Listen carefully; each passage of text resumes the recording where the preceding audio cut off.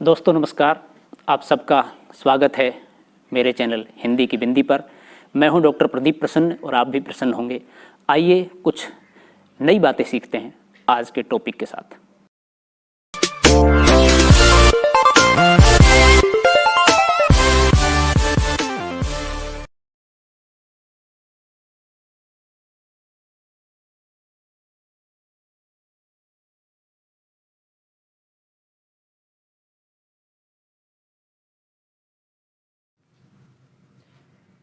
विद्यार्थियों, आज की वीडियो हम बना रहे हैं कक्षा 11 की हिंदी की पाठ्य पुस्तक आरोह के कृष्णा सोबती द्वारा लिखे गए पाठ मियाँ नसीरुद्दीन, जो कि पाठ नंबर 2 है।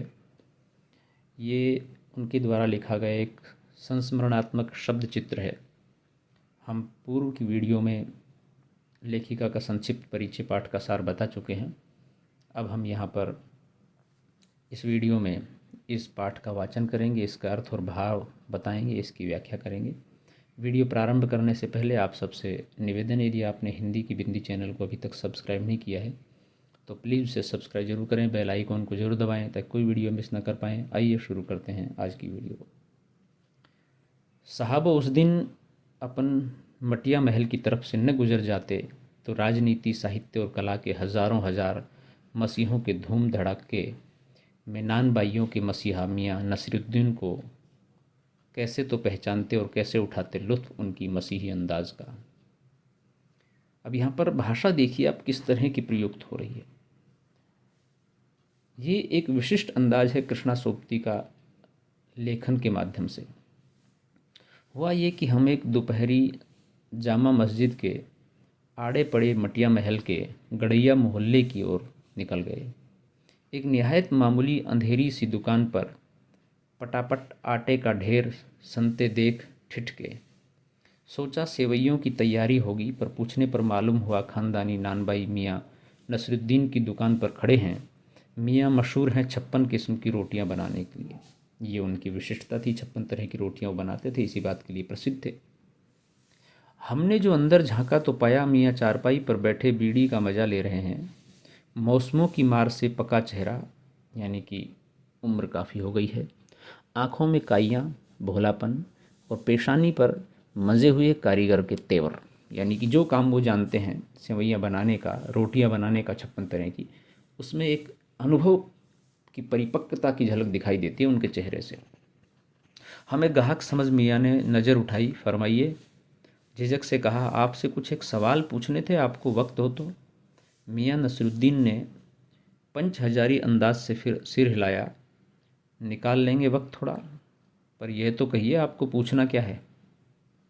फिर घूर कर देखा और जोड़ा, मियाँ कहीं अखबार नवीस तो नहीं हो? यह तो खोजियों की खुराफात है। हम तो अखबार बनाने वाले और अखबार पढ़ने वाले दोनों को ही निठल्ला समझते हैं। हाँ, कामकाजी आदमी को इससे क्या काम है। अब देखिए यहाँ पर एक तरह से व्यंग में बात कही है कि अखबार निकालने वाले और अखबार में काम करने वाले दोनों को निठल्ले, यानी कुछ काम तो करते नहीं है, खाली लिखने पढ़ने देते हैं।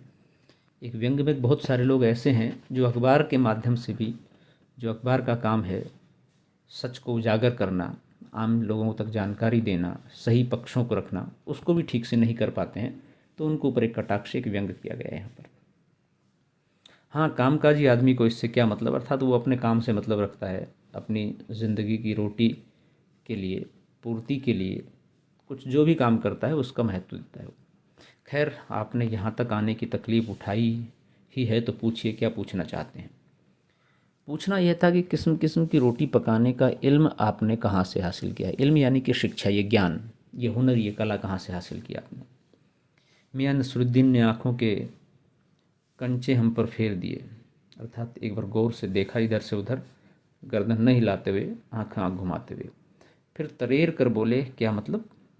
पूछिए साहब, नानबाई इल्म लेने कहीं और जाएगा क्या? नगीना साज के पास, क्या आईना साज के पास, क्या मीना साज के पास, या रफूगर रंगरेज या तेली तंबोली से सीखने जाएगा?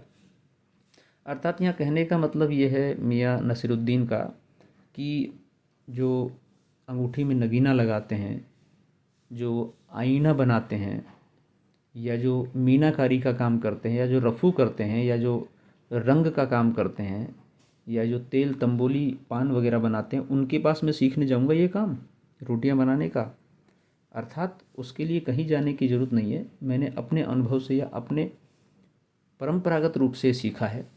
या वो आगे स्पष्ट करेंगे, क्या फरमा दिया साहब, ये तो हमारा खानदानी पेशा ठहरा। अर्थात लगातार परंपरागत उनके दादा परदादा परिवार में सभी लोग ये काम करते थे, तो उनसे इन्होंने सीखा है। अलग से कहीं सीखने की लिए कहीं जाने की आवश्यकता उन्हें नहीं हुई।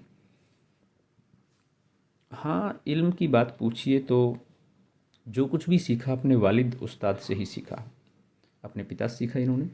मतलब और वही उनके उस्ताद रहे। मतलब यह है कि हम घर से न निकले कि कोई पेशा अख्तियार करेंगे, यानी कोई पेशा शुरुआत करेंगे किसी दूसरे कार्य की। जो बाप दादा का हुनर था वही उनसे पाया, और वालिद मरहूम के उठ जाने पर आ बैठे उन्हीं के ठिए पर। अर्थात इनके पिताजी का देहांत हो गया है, और वो जब देहांत हुआ तो उसके बाद इसी ठिए पर जहाँ पर वो स्वयं रोटियां पकाते थे, मैं भी आ गया और आकर के ये काम करने लग गया। और उनकी मौजूदगी में जब वो जीवित थे तब ये रोटियां पकाने की कला या हुनर जो भी है वो मैंने सीख लिया था। कहीं और जाके सीखने की आवश्यकता ही क्या थी। आपके वालिद मियाँ नसरुद्दीन की आंखें लम्हा भर को किसी भट्टी में गुम हो गई। अर्थात जैसे ही उनको वालिद की याद आई तो स्वाभाविक रूप से जब होता है कि आंखों में अश्रु आ गए, कहीं और सोचने लग गए, उनकी स्मृति में लगा गहरी सोच में है, फिर सिर हिलाया, क्या आंखों के आगे चेहरा जिंदा हो गया, यानी कि वो तस्वीर आ गई सामने वालिद की।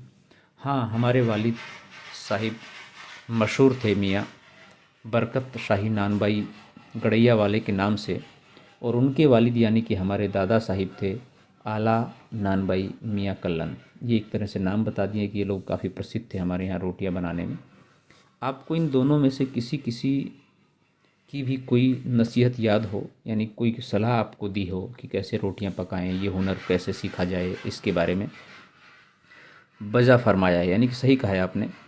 पर यह तो बताइए बताइए ही बताइए कि जब आप हमने भट्टी की ओर इशारा किया, इस काम पर लगे, तो वालिद साहब ने सीख के तौर पर कुछ तो कहा होगा। हाँ, नसरुद्दीन साहब ने जल्दी जल्दी 2-3 कश खींचे, फिर गला साफ़ किया और बड़े अंदाज से बोले, यानी कि वो बीड़ी या सिगरेट या हुक्का पी रहे हैं उस समय। अगर आपको कुछ कहलवाना ही है तो बताई दिए देते हैं। आप जानो, जब बच्चा उस्ताद के यहाँ पढ़ने बैठता है तो उस्ताद कहता है कह अलिफ, बच्चा कहता है अलिफ, कह बे, बच्चा कहता है बे, कह जीम, बच्चा कहता है जीम। ये एक तरह से जैसे कि ए आई सीखते हैं, तो अलिफ बे ते जीम ये प्रारंभिक अक्षर हैं, वर्ण हैं, उर्दू से सीखा जाता है जिस तरह से उर्दू को, उस तरह से। तो इस बीच उस्ताद जोर का एक हाथ सिर पर धरता है और शागिर्द चुपचाप परवान करता है, समझे साहिब, एक तो पढ़ाई ऐसी, और दूसरी बातचीत में छोड़ सामने से गुजरते मीर साहिब को आवाज़ दे डाली, कहो भाई मीर साहब, सुबह ना आना हुआ, पर क्यों। तो यहाँ कहने का तात्पर्य यह है कि जब एक शागिर्द, एक चेला अपने उस्ताद से कोई चीज़ सीखता है तो फिर वो चुपचाप से सीखता हुआ चला जाता है, उसको नानुकर नहीं करता है, उसको ज़्यादा कोई मतलब नहीं होता है, बस जो उस्ताद कहे वही करना होता है, ज़रूरी होता है। मीर साहिब ने सिर हिलाया, मियाँ अभी लौट के आते हैं तो बतावेंगे। आप दूसरी पढ़ाई की बाबत कुछ कह रहे थे ना।